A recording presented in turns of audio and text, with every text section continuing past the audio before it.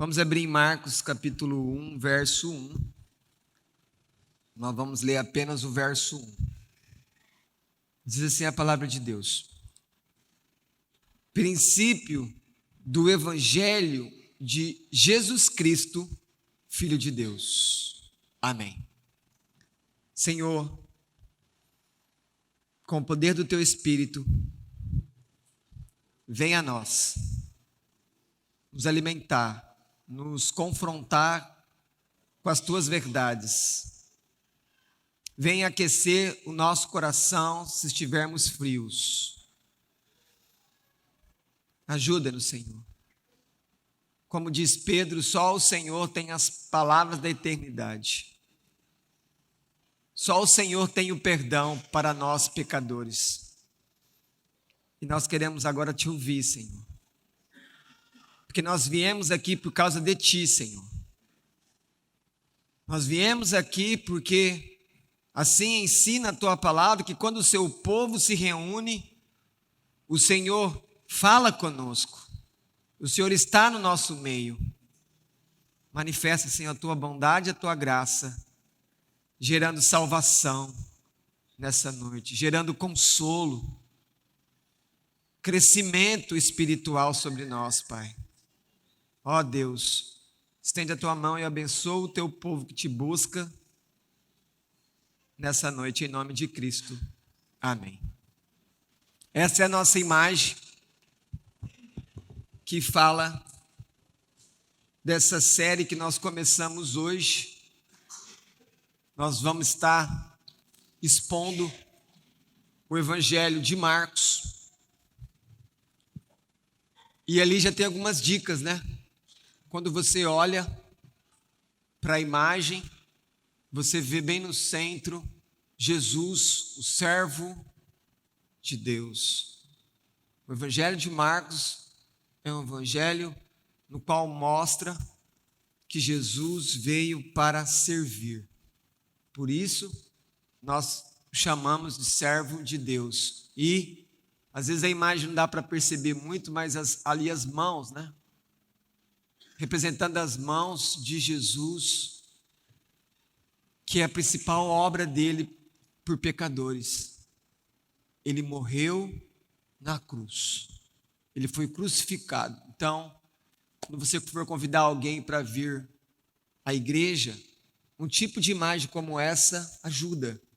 Porque esse é o Evangelho. O Evangelho é Jesus.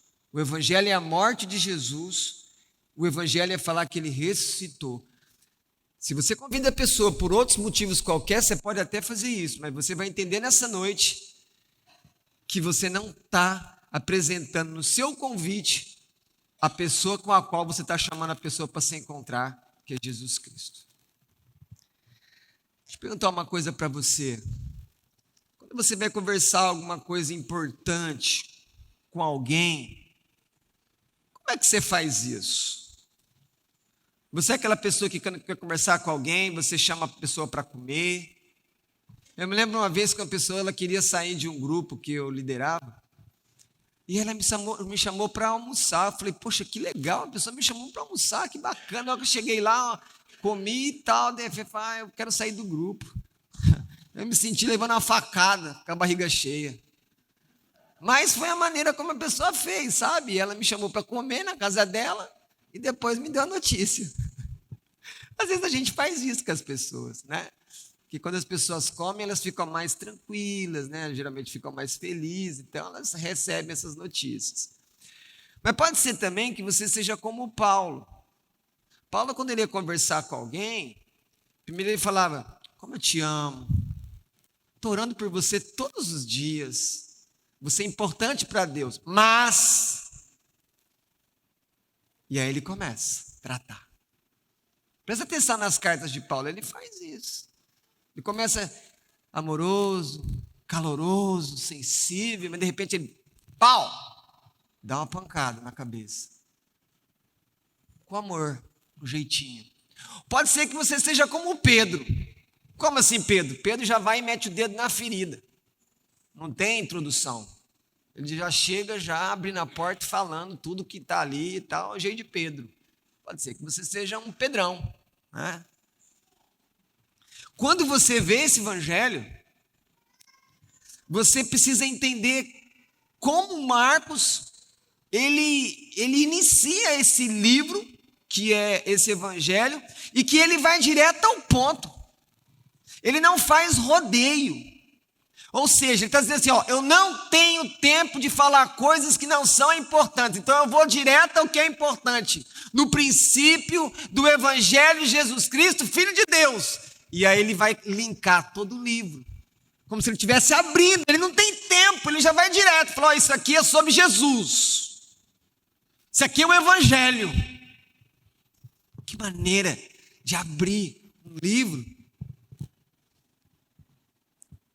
Ele não deixou dúvida, e ele não pode deixar dúvida para você que me ouve nessa noite, que quando você lê isso, você tem que saber então do que fala esse livro, que nós dividimos aí em 16 capítulos, que é o evangelho mais curto, né?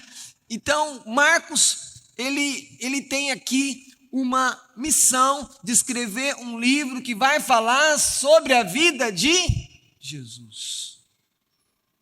Vai falar da obra de Jesus. Vai falar do ministério de Jesus. O que Jesus fazia, o que ele ensinava. Ele vai falar do porquê o Filho de Deus veio a nós, no mundo.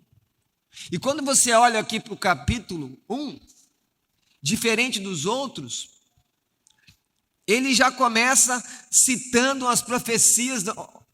Olha para a Bíblia aí, não precisa olhar para mim agora não, olha para a Bíblia. Ele começa citando as profecias, apesar do verso 2 citar Isaías. Quando você começa aqui, eis envio de ti o mensageiro, que vai preparar o teu caminho, ele já está falando de Malaquias, que é o último livro do Antigo Testamento, né? Nós temos um espaço aí de 400 anos entre a última revelação de Deus, Malaquias, até quando João Batista começa a pregar no deserto da Judéia. E ele começa falando que vai vir alguém que ele não é digno de tirar o sapato dessas pessoas. Então, é assim que Marcos começa o seu evangelho, citando as profecias de Isaías, que é conhecido também como um profeta messiânico. Quer conhecer Jesus fora do Novo Testamento? Leia Isaías.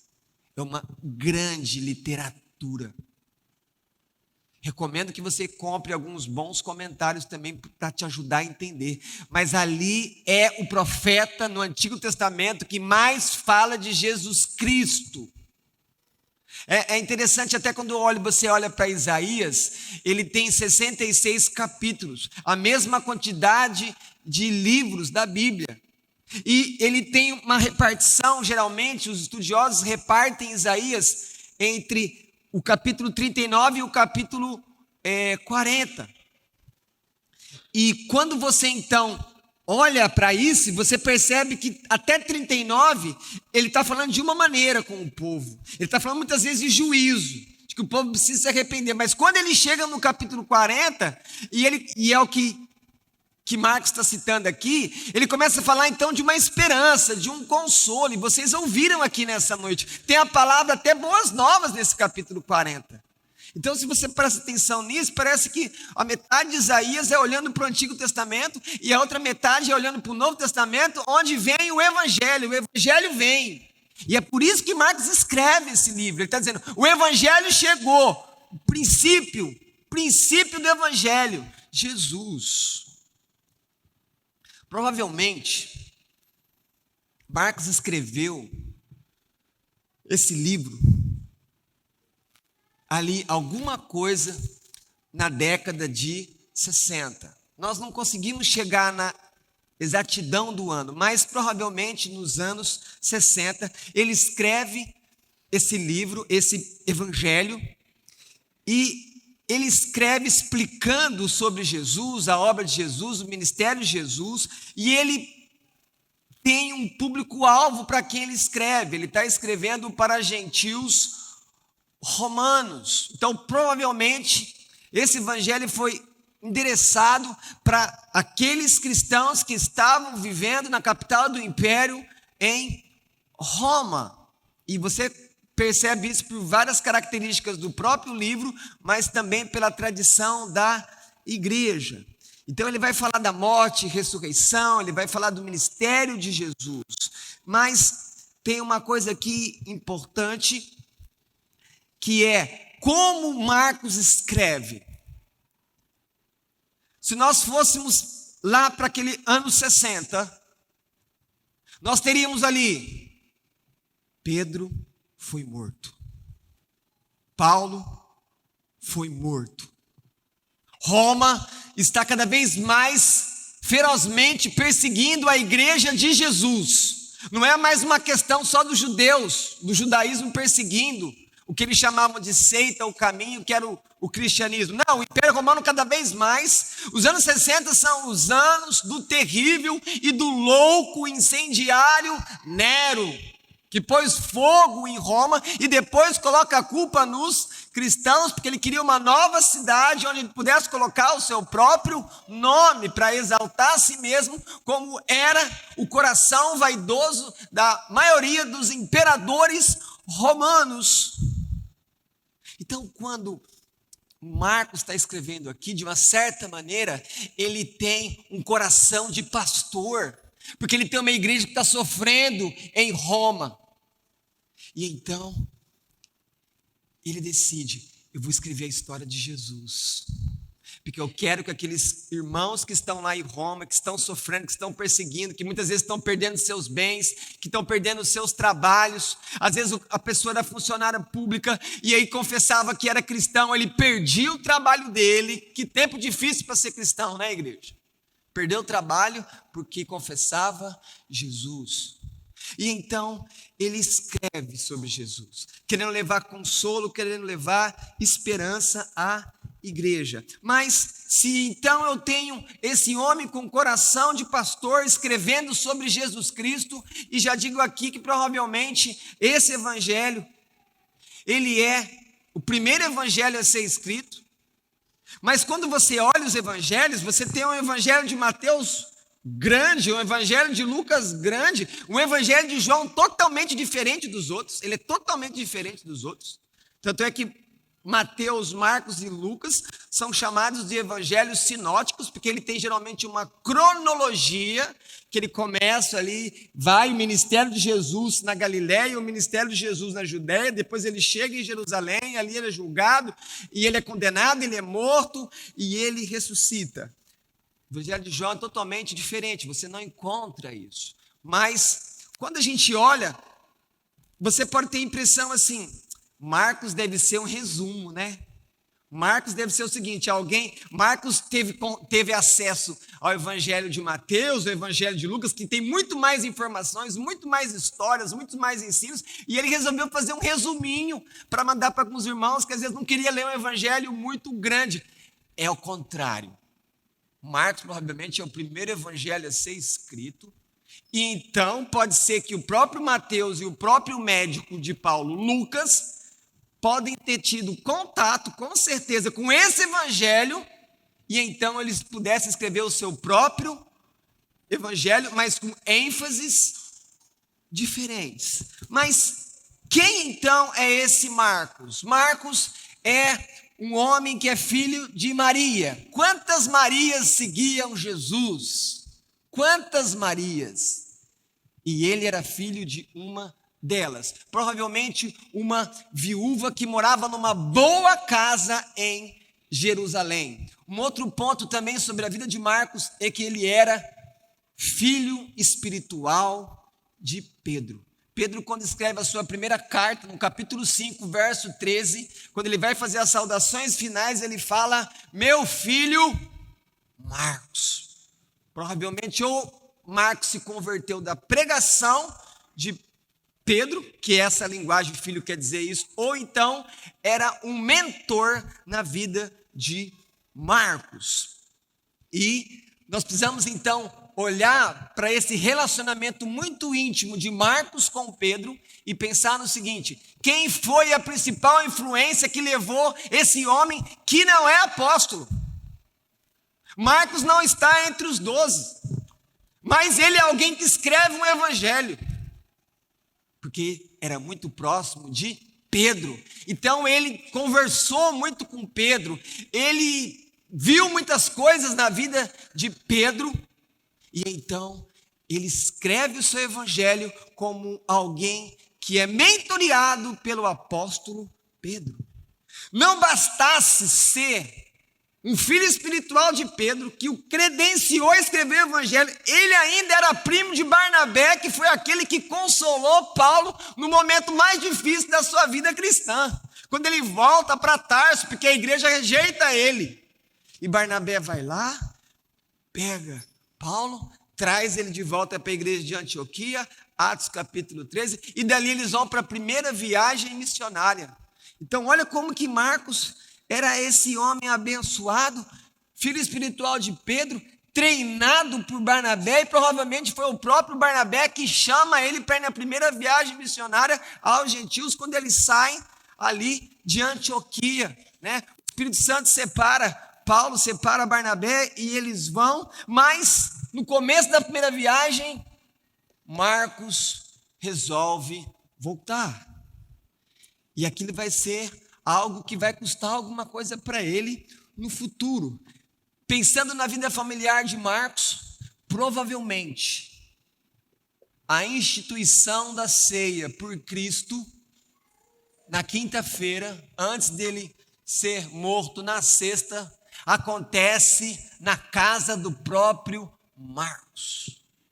Quando os discípulos estão orando, ali entre Atos 1 e Atos 2, antes que desça o Espírito Santo, conforme a promessa do próprio Cristo, que dura 10 dias para cumprir a promessa, eles estão também na casa de Marcos. Se você ler com atenção o capítulo 12 do livro de Atos, quando Pedro é libertado da prisão, você vê ali que tem até um portão automático, o portão abre sozinho, o primeiro portão automático que você vê na história ali, abre, ele até fica com dúvida do que está acontecendo, quase que o anjo empurra ele para fora. E para onde que Pedro vai? Para a casa de Marcos, onde os irmãos estavam orando pela vida dele, porque um dia antes Tiago tinha sido morto, e Pedro era o próximo. Então, a casa dele é como se fosse um quartel general. Que bênção esse homem! A igreja se reunia ali, provavelmente ali era a base da igreja. Ele era um missionário, ele andou com Paulo, ele andou com Barnabé, mas como eu disse a vocês, quando Paulo vai fazer a segunda viagem missionária, Barnabé fala, vamos levar Marcos. Paulo fala, não, ele nos abandonou na primeira viagem, ele não vai. E ali a escritura diz que Paulo e Barnabé têm uma desavença tão forte que eles se separam, a dupla missionária se separa. Barnabé fica com Marcos e Paulo vai pegar a si o profeta Silas e vai para outro caminho e voltar para visitar as igrejas da primeira viagem missionária. Então, como que ficou a imagem de Marcos diante de Paulo? Alguém importante na igreja naquele momento, um apóstolo aos gentios, conforme o chamado do próprio Jesus. E aí a gente começa a olhar para a vida de Marcos, e a gente pode olhar para a nossa vida. Marcos tem momentos bons, mas Marcos tem momentos ruins. Você tem momentos bons na fé, mas você também tem momentos ruins. Você tem pessoas que plantaram as sementes do evangelho no seu coração, e você tem pessoas que estão ainda tentando te ajudar e treinar você, como fizeram com o próprio Marcos. Mas o ponto que eu quero chamar a atenção é o seguinte: o que acontece com você, um cristão que vive o evangelho, que entende que o evangelho é o próprio Senhor Jesus? Como é que você reage quando você é totalmente rejeitado por uma alta liderança da igreja? E Paulo tinha os seus motivos, tanto é que a escritura não censura Paulo por ter rejeitado levar Marcos na companhia deles, mas também não fala que Barnabé estava certo, mas coube aos dois ali, e Deus estava dirigindo esses homens. Mas como que eu e você lidamos quando somos rejeitados? pode acontecer com você. Às vezes pode ser uma lição de Deus na sua vida. Se não é uma rejeição na igreja, você pode ter uma rejeição familiar. Pais, cuidado com aquilo que você fala para o seu filho. Porque conforme você fala, as palavras que você usa, você rejeita o seu filho, sem nem saber o que você está fazendo. E é difícil depois contornar essa situação de rejeição. Porque pessoas que se sentem rejeitadas, eles podem procurar os piores caminhos do mundo, os vícios, os becos, e eles se afastam de todo lugar de carinho, de amor. Mas, como é que Deus trabalhou no coração de alguém que estava rejeitado? Como é que Marcos reagiu à rejeição? Deus é aquele que não passou a mão na cabeça de Marcos quando ele falhou na primeira viagem missionária. Mas o Senhor levantou ele para escrever um evangelho. E isso não é pouca coisa. Mas percebam que ele não é alguém perfeito diante de Deus, como ninguém o é. E assim vai ser com você e comigo. Você vai errar, você vai ter falha. Às vezes você vai fazer uma coisa muito errada, mas aqui precisamos olhar para Marcos e aprender uma coisa com ele. Ele não desanimou, ele não desistiu da fé porque alguém falou, você errou, porque nós vamos errar. Ou Davi não foi censurado pelo profeta Natan? Qual pessoa que não foi censurado por um líder? Isso faz parte da vida, mas eu não posso desanimar quando muitas vezes eu sofro uma rejeição, porque Deus, Ele pode te dar uma segunda oportunidade, como nós podemos perceber claramente na vida de Marcos. Olhando para o escrito de Marcos, nós podemos dividir esse evangelho de duas maneiras. Nós podemos dividir ele de maneira geográfica. A primeira ênfase do ministério de Jesus foi pregar naquele lugar onde ele viveu. E ele era um galileu. Então, os primeiros capítulos de Marcos vão mostrar Jesus com um ministério de pregação, um ministério de cura, um ministério de milagre na região da Galileia.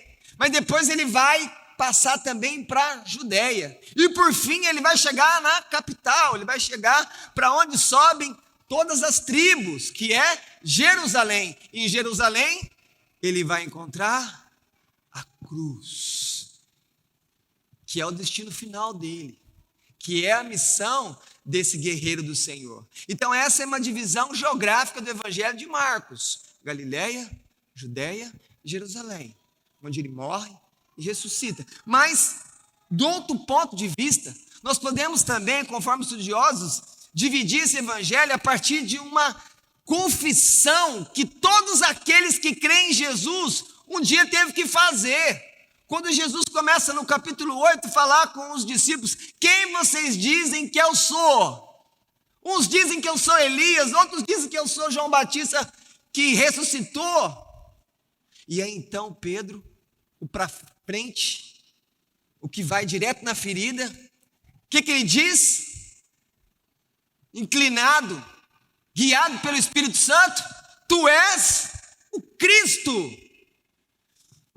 Não há um cristão se primeiro ele não olha para a pessoa de Jesus Cristo. Eu não estou falando de olhar de maneira visível, mas olhar por meio da Escritura e olhar para esse Jesus e falar: tu és o Cristo, tu és aquele prometido desde o tempo de Eva, aquele que foi falado pelos profetas, aquele que Moisés escreveu em Deuteronômio, capítulo 15.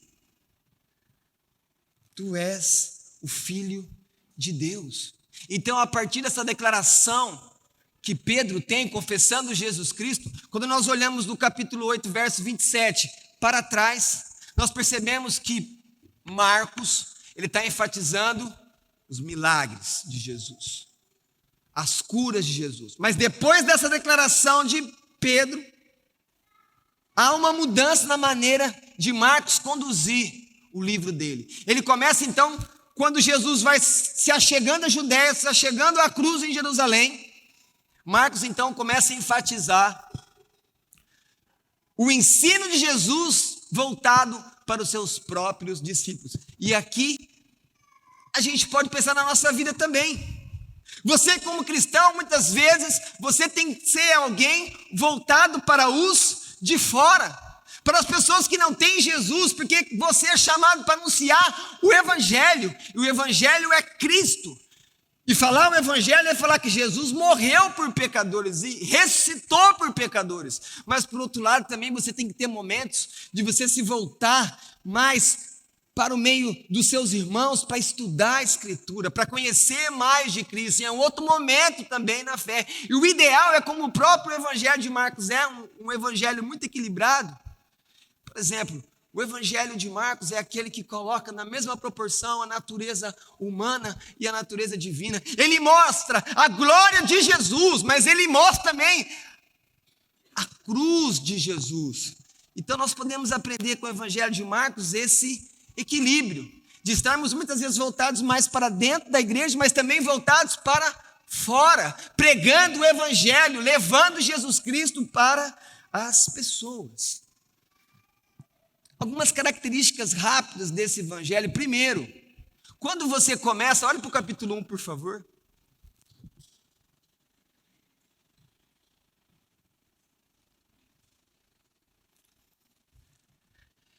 Quando você olha para o capítulo 1, se você começar a fazer uma análise crítica, você vai chegar à seguinte conclusão: ele está escrevendo isso, parece, para quem não tem muito tempo. Ele está escrevendo isso para quem tem que ser prático. Ele não fica contando a história muito comprida, não. Ele fala que Jesus está cumprindo as profecias, do verso 2 ao verso 8. Depois ele fala, ele foi no Jordão, foi batizado. Depois foi no deserto, foi tentado. E aí depois ele volta para Galileia. Depois já chamou os discípulos. Parece que ele está com muita pressa, mas não é o escritor que está com pressa. Ele sabe para quem ele está escrevendo. Muitos de nós não vai assistir um vídeo de 20 minutos. Não vai. Então vai ser um vídeo do quê? De 4 minutos. Como é que as pessoas têm feito os vídeos no YouTube? Quando elas querem chegar até as pessoas. Elas estão fazendo cada vez mais curtos, porque elas sabem que as pessoas não têm tempo ou não têm paciência. Então, essa é a intenção. Então, percebemos aqui que ele está escrevendo para um povo que é muito prático. Ele quer saber o seguinte: Jesus, ele morreu. Por que ele morreu? O que a morte dele tem a ver com a minha vida? E se você está aqui nessa noite, você também deve se perguntar isso: o que a morte de Jesus tem a ver com a sua vida? O que a morte de Jesus muda para você?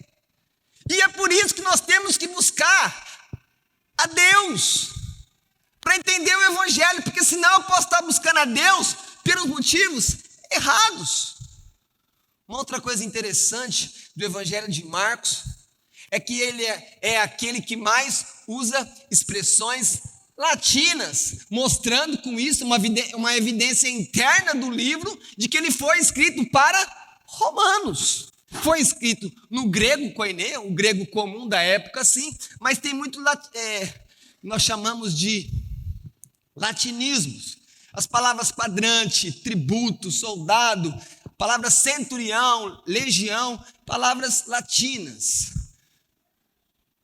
Mas, quando nós olhamos para o Evangelho de Marcos, nós devemos fazer uma pergunta: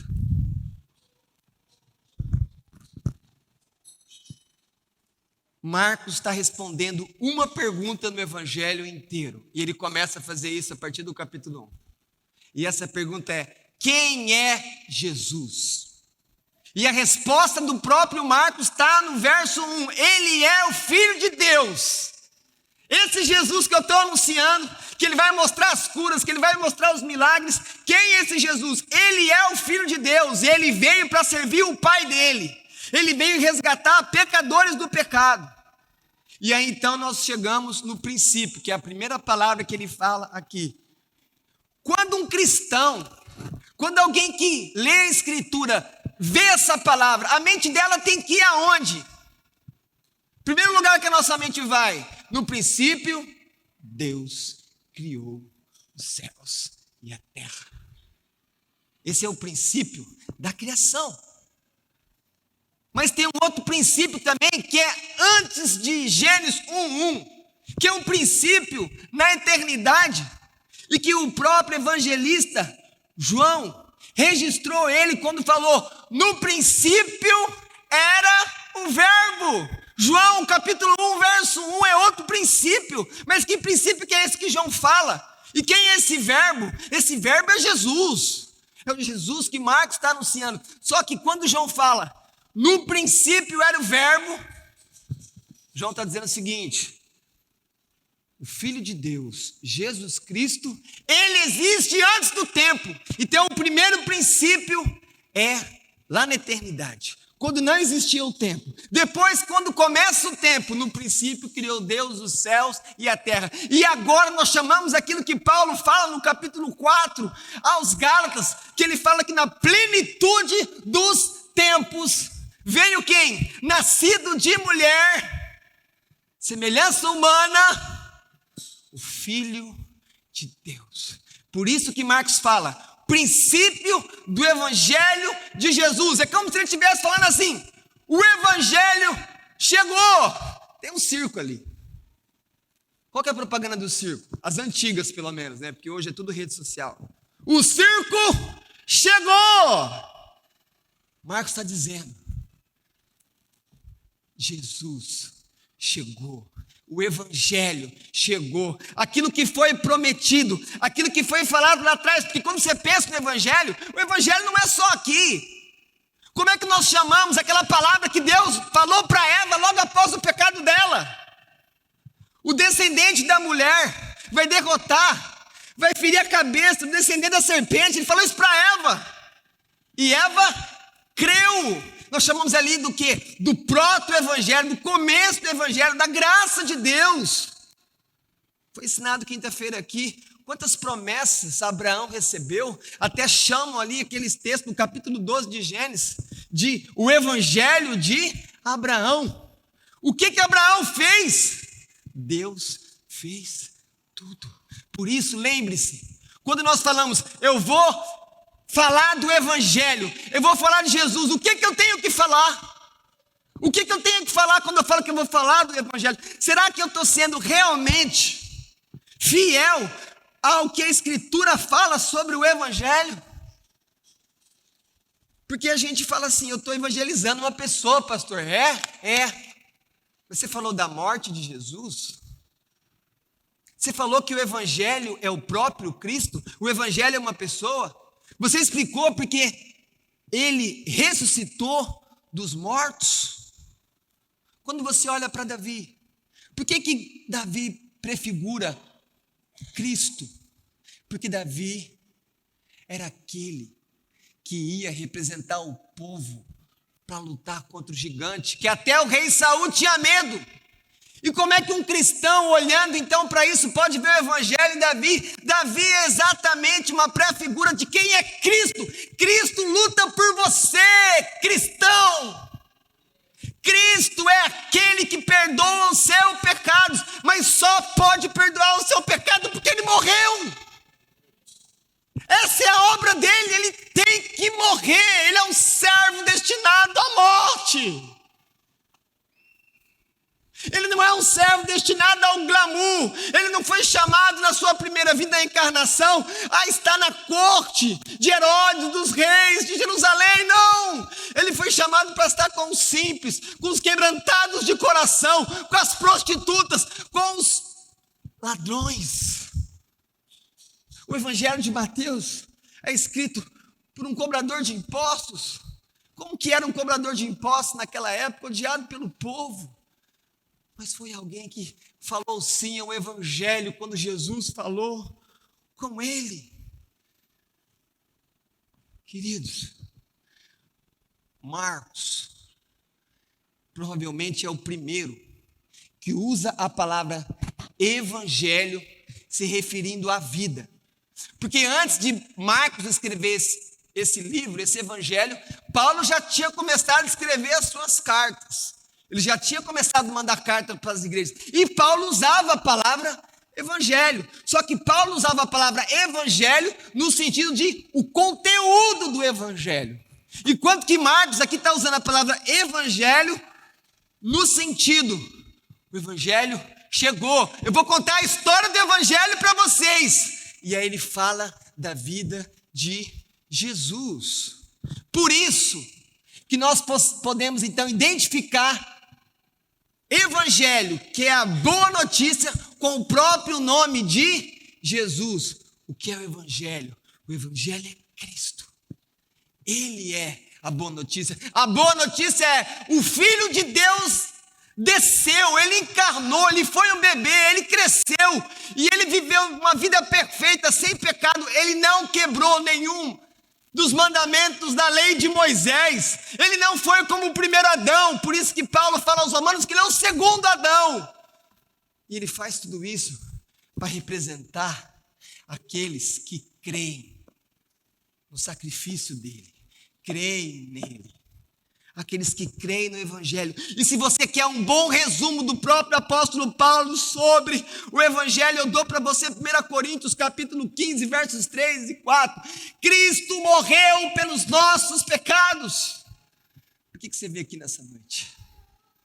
Por que você está aqui? Porque você veio num lugar onde é adorado, honrado, celebrado aquele que morreu pelos seus pecados. E ninguém pode resolver os seus pecados a não ser ele. Ele morreu pelos pecados, segundo as Escrituras. E foi sepultado e ressuscitou ao terceiro dia. E o que nós fazemos na ceia? Lembramos o que na ceia? Celebramos o que na ceia? Que Jesus morreu e ressuscitou. E então ele nos chama para sentar na mesa dele, e nós nos alimentamos da pessoa dele, somos fortalecidos espiritualmente. Agora, se você entrar numa igreja, se você falar que escutou uma pregação, escutou um sermão, e não ouviu a palavra pecado, cruz, morte, ressurreição, e que Jesus é o Salvador, eu digo a você que está aqui comigo, você não ouviu nada do evangelho. Porque se você não ouve isso, você não ouviu o evangelho é isso. Paulo fala que o evangelho é isso. Marcos escreve um livro para mostrar o evangelho, e no final ele vai usar muito espaço do seu livro para falar que Jesus morreu. Porque é importante para entender o evangelho, entender a morte de Jesus.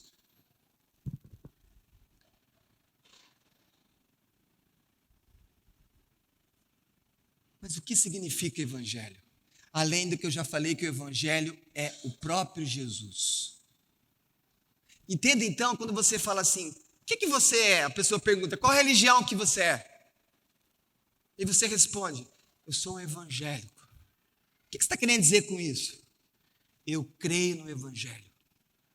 Mas você também, ao invés de responder, eu sou um evangélico, você poderia dizer, eu sou cristão, porque Cristo vive em mim. Perceba, evangélico e ser cristão, no final, são termos intercambiáveis. Mas essa palavra grega, ela significa boa nova, exclamação de júbilo, um anúncio de vitória. Vou dar um exemplo para vocês, um nome aí que às vezes muitos de nós aqui estamos com esse logo aí, e é um anúncio de vitória também, só que é um anúncio de vitória falado por uma deusa grega, Nike. Tem alguém aí com roupa da Nike? Tem algum tênis da Nike por aí? Tem.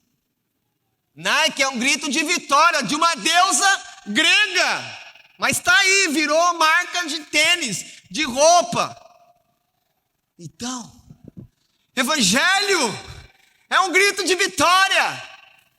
O Filho de Deus veio, os pecados são perdoados, boas notícias. Nós agora temos salvação, há esperança para você e para mim, pecador.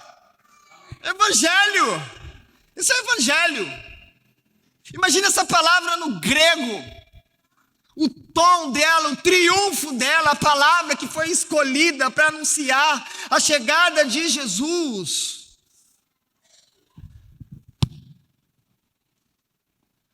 Você é cristão? Mas eu pergunto, você entendeu o Evangelho? Porque como eu posso ser cristão se eu não entendi o Evangelho? Você veio aqui nessa noite buscar o Evangelho de Jesus? Ou você veio aqui por conta própria ou porque alguém prometeu para você, para atrair a sua atenção, o seu coração, prometeu? O Evangelho vai te dar um casamento melhor. O Evangelho vai te dar um emprego que você não tem. O Evangelho vai libertar você de alguma coisa ruim na sua vida. Se alguém fala assim, falando do Evangelho, não é fiel à Escritura. Não é isso que é o Evangelho. O Evangelho não é ficar falando coisas boas que as pessoas querem. Isso não é o Evangelho. O Evangelho é falar para as pessoas: os teus pecados estão acabando com você. E morrer nos pecados é ser condenado eternamente. Por isso que Jesus veio morrer. Pare para pensar comigo um pouco, pelo menos nesse instante. Por que que Deus teve que sacrificar o filho dele? Se você não sacrifica o seu. Se Deus não deixou Abraão sacrificar Isaac, mas Deus deu o dele, para que as pessoas não tenham que viver no inferno, que não foi feito para homem, mas para o diabo e para os demônios. Jesus morreu. Esse é o Evangelho. Nós não podemos falar que estamos convidando as pessoas para o culto a Deus ou para ver o Evangelho quando eu fico prometendo um monte de coisas para elas, como se as pessoas fossem crianças e fossem até algum lugar e achassem legal alguém porque deu bala, pirulito e chiclete para ela. Não, isso não é ser sincero com as pessoas. Nós não podemos ser assim com essas pessoas, porque isso não resolve. Elas podem até vir na igreja, mas elas não entenderam o problema que ela tem. É como você ir no médico e ele te mandar um remédio lá que não resolve nada, e você continua doente porque ele não chegou aonde que está o problema. O diagnóstico está errado. E o diagnóstico de todo ser humano é: você é pecador. Por isso que você precisa do Evangelho. Eu preciso do Evangelho. E o Evangelho não é só quando eu me converti, porque eu continuo pecando. Eu preciso do Evangelho todos os dias. Eu preciso do Evangelho de manhã, de tarde, de noite.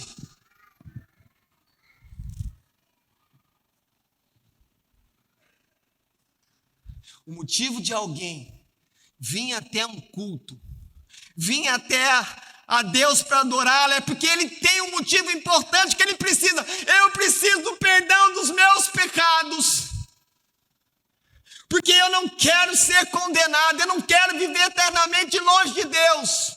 Eu quero um perdão dos pecados. Mas como que a pessoa vai buscar o perdão se primeiro não foi pregado a ela, não foi confrontado, como João Batista fazia, como Jesus fazia, como Pedro fez em Atos 2 no Pentecostes, como Paulo fazia? Todos pecaram e carecem da glória de Deus. Todos pecaram e estão desligados. Você quer uma definição de religião? O que é religião? Religião quer dizer religar. Religar. Todo ser humano nasce cortado espiritualmente de Deus. Quem que liga? A fé em Jesus Cristo, o eletricista de Deus. Ele liga. Ele faz você voltar para Deus. Ele te perdoa dos seus pecados. Porque senão, como diz essas séries que fazem sucesso, todas as pessoas que estão vivas, mas não tem Jesus, são como se fossem zumbis. Elas parecem que estão vivas, mas elas estão mortas espiritualmente. Elas não têm relacionamento com Deus. E elas não podem fazer nada agradável aos olhos de Deus. Então, quando Marcos fala princípio do Evangelho de Jesus Cristo, Filho de Deus, nós também podemos falar: o reino de Deus chegou. Você não parou para pensar por que que Jesus fez tantos milagres, tantas curas, tantas maravilhas, que não se repetem dessa maneira mais? Ninguém faz o que Jesus fez. da maneira como ele fez, das pessoas não deixarem tempo dele comer e dele dormir, para ele poder atender as pessoas sem parar. Apesar de que alguns, por causa de porcos, mandaram ele embora, porque ele foi um prejuízo financeiro. Por que tantos milagres? Por que tantas maravilhas? Por que ressurreições? Por que tudo isso? Porque quando chega o Evangelho é Cristo, o reino de Deus chega. E ele chega então pregando. E é interessante lembrar de uma coisa: Jesus só começa a pregar depois que João é preso.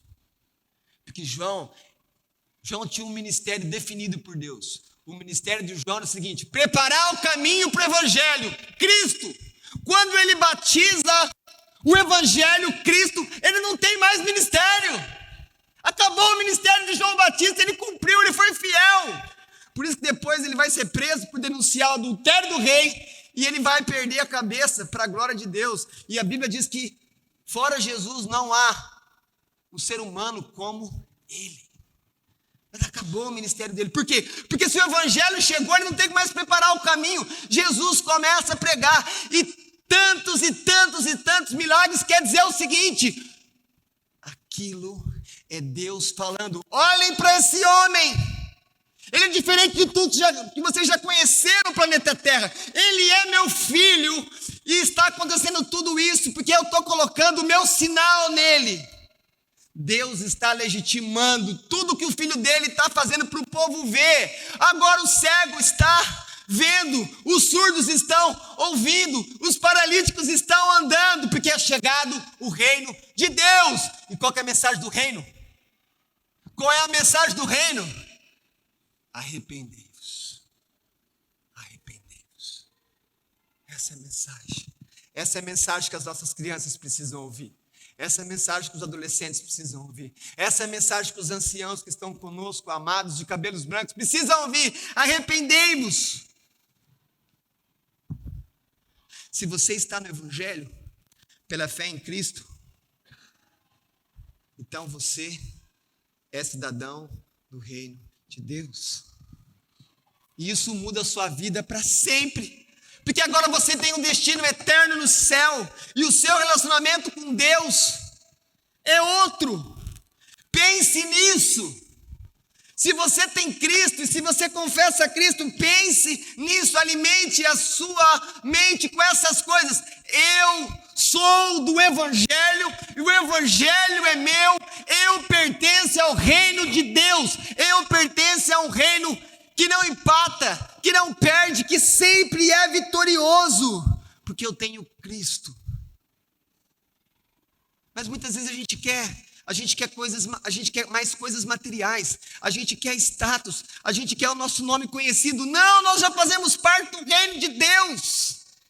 Ninguém mais tem isso. Então nós precisamos pensar nessas coisas. Se você é cristão, se alegre nisso. Você faz parte do reino de Deus. Os demônios se submetem ao reino de Deus. No nome de Jesus. O reino de Deus leva cura quando você ora. O reino de Deus leva libertação, salvação quando você fala. Confessa Jesus Cristo, confessa que você é pecador e Ele vai te perdoar todos os pecados. Olha o poder que tem no reino de Deus, na pronúncia de algumas palavras, conforme a Escritura, não conforme o seu pensamento caído, terreno, e às vezes até influenciado pelo próprio Satanás. Tem que anunciar a Escritura. Olha, o que Paulo fala do Evangelho aos Romanos? Que ele é o quê? Ele é o poder de Deus. Não existe nada mais poderoso na terra que o Evangelho, porque é a única coisa que vai mudar a sua vida. Ninguém vai mudar a sua vida. Você não vai mudar a sua vida. Se alguém falou, você tem que mudar. Não, não é você que tem que mudar. Fala, Senhor, me muda. Pais, escutem isso. Quando o filho não consegue obedecer, não adianta falar para ele, para alguém que é impotente para obedecer, como o pai também é. Filho, você tem que obedecer. Não. A graça diz assim, filho, o pai sabe que você não consegue obedecer, mas Jesus te dá força. Fala com Jesus que Ele te ajuda a obedecer, porque Ele é 100% obediente. É assim que nós educamos filhos na graça, fazendo eles desde pequenininhos depender de Cristo, porque é Cristo que vai levar eles a ter força para obedecer, porque todos são impotentes. Nós não temos santidade em nós mesmos, igreja. Nós só somos vestidos para não aparecer nu diante de Deus, porque Jesus nos veste com a roupa dele. E quando um demônio olha você, ele não olha a sua fraqueza, ele não olha a sua impotência de obedecer a Deus, ele olha o sangue de Jesus na sua vida. Ele vê que você é separado de tudo que existe, ele vê que você é de outro lugar, que você é de outro reino, é um extraterrestre de Deus. Eles sabem disso e eles não podem tocar de quem pertence a Deus. Por isso que nós, igrejas, temos a responsabilidade de orar pela cidade, de orar pelas pessoas, porque elas não têm a proteção que nós que estamos no reino temos, mas pedimos a proteção no nome de Jesus. E quem é Jesus Cristo? Jesus Cristo a gente olha como um nome composto, né? Jesus Cristo. Jesus Cristo. O nome de Jesus Cristo, o nome de Jesus é Jesus. Cristo é um título. Mas começou-se tanto falar Jesus Cristo, Jesus Cristo, Jesus Cristo, que quando eles escrevem, o título virou um nome, porque ele é aquele que tinha que vir. Porque Cristo é o Messias, é o ungido de Deus, aquele que foi prometido lá para o povo de Deus, a igreja do Antigo Testamento, que viria o Filho de Deus e que venceria por eles. Mas o problema é que os judeus esperavam que o filho de Davi fosse o quem? Um homem militar, de guerras. Eles não conseguiam entender que a guerra era contra o pecado, contra o diabo, contra o mundo. Então, hoje, nós falamos Jesus Cristo como se fosse um nome composto, mas Cristo é o título. Ele é ungido de Deus. Ele tem uma missão, ele vem com uma missão específica de Deus. E hoje, todos aqueles que são de Cristo, do ungido, que tem o Espírito, também são ungidos. Por quê? Porque tem a presença do Espírito. Por isso que nós podemos fazer as coisas espirituais, porque o que havia em Cristo, na plenitude, há em nós em porções menores. Por isso que fala que nós temos que nos completar como igreja. Queridos, quando você lê isso aqui, e você pensar para a igreja lá atrás, antes da reforma, a igreja, em algum momento lá atrás, antes da reforma do século XVI, ela perdeu o entendimento, princípio do evangelho de Jesus, ela perdeu isso aqui. Quando veio a reforma protestante no século XVI, Lutero, Calvino, Martin Bucer, o que eles queriam é falar, olha, o evangelho é Jesus Cristo, a mariolatria não vai resolver nada, não existe medianeira, só existe um mediador entre Deus e os homens, Jesus Cristo, o homem. Paulo escreveu isso para o pastor Timóteo, na sua carta.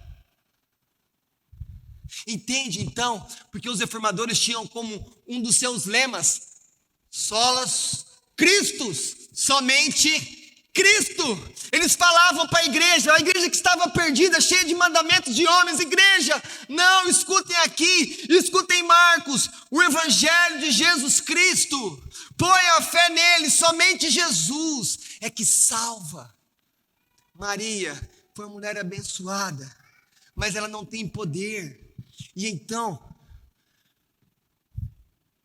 a igreja lá, antes da reforma, ela se perdeu, ela desviou.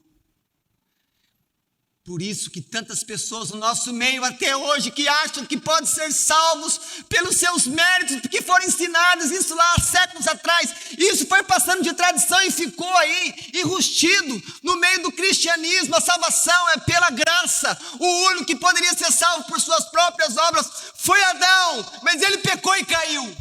Ninguém é salvo por obras. E quando os reformadores vêm, eles falam o quê? Somente a graça. Somente a graça de Deus pode salvar. Queridos, como que, com todo respeito aos católicos, como que a missa é ofensiva a Jesus Cristo? Quantas vezes eu participei desse ritual sem entender que eu estava fazendo, porque a missa, na doutrina católica, é uma repetição do sacrifício de Jesus Cristo. Quando se crê assim, quando se acha que vai cultuar a Deus assim, que eu posso fazer um ato ali que eu estou repetindo a cruz, eu estou desprezando aquilo que Cristo falou antes de morrer. Ele falou, como dizem no grego, tetelestai, está consumado, acabou, eu venci, vocês agora são perdoados, mas agora eu tenho que fazer de novo. Eu vou ter que tirar Hebreus da Bíblia, porque Hebreus fala que o sacrifício foi eterno, eficaz, uma única vez para tirar a culpa do pecado.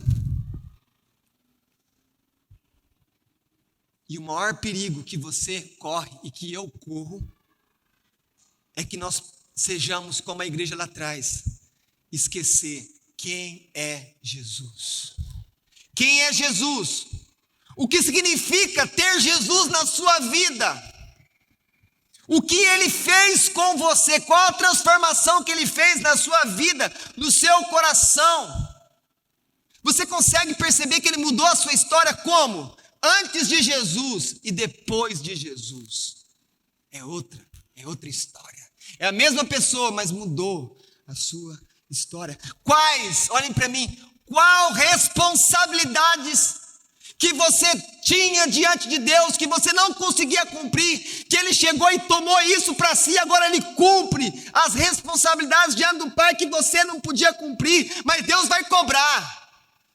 Deus vai cobrar a responsabilidade.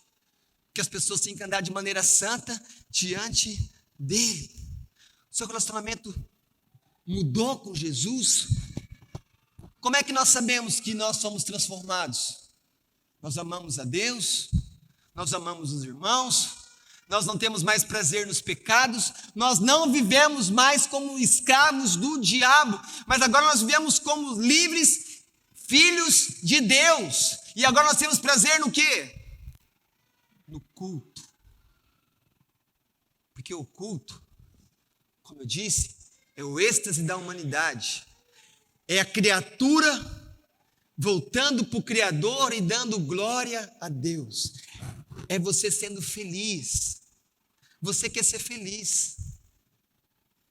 Você quer ser satisfeito.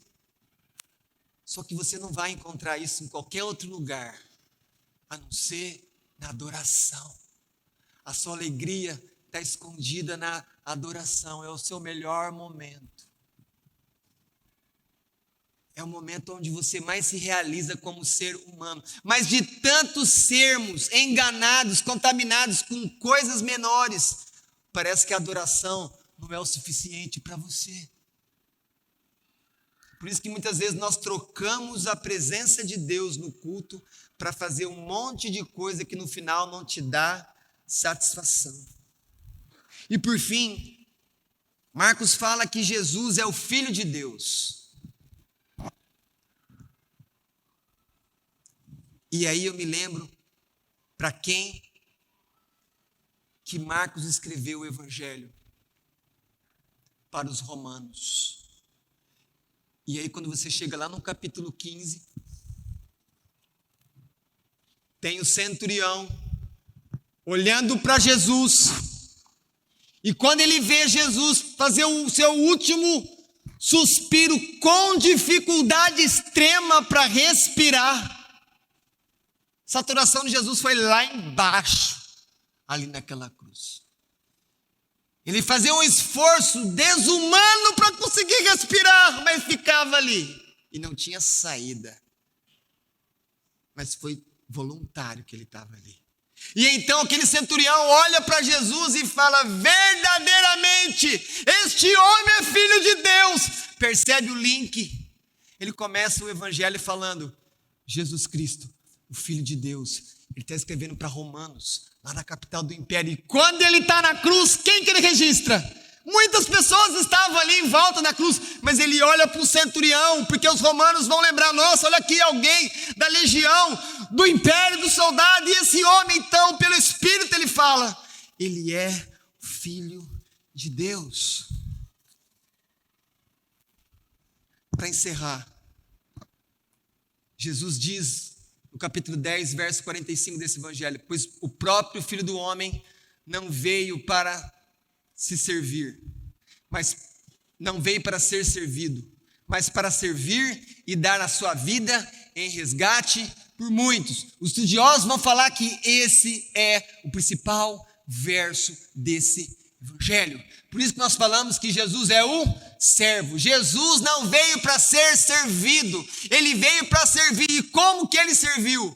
Ele entregou a vida dele. Agora entenda, ele não veio então para ser servido, ele veio para servir.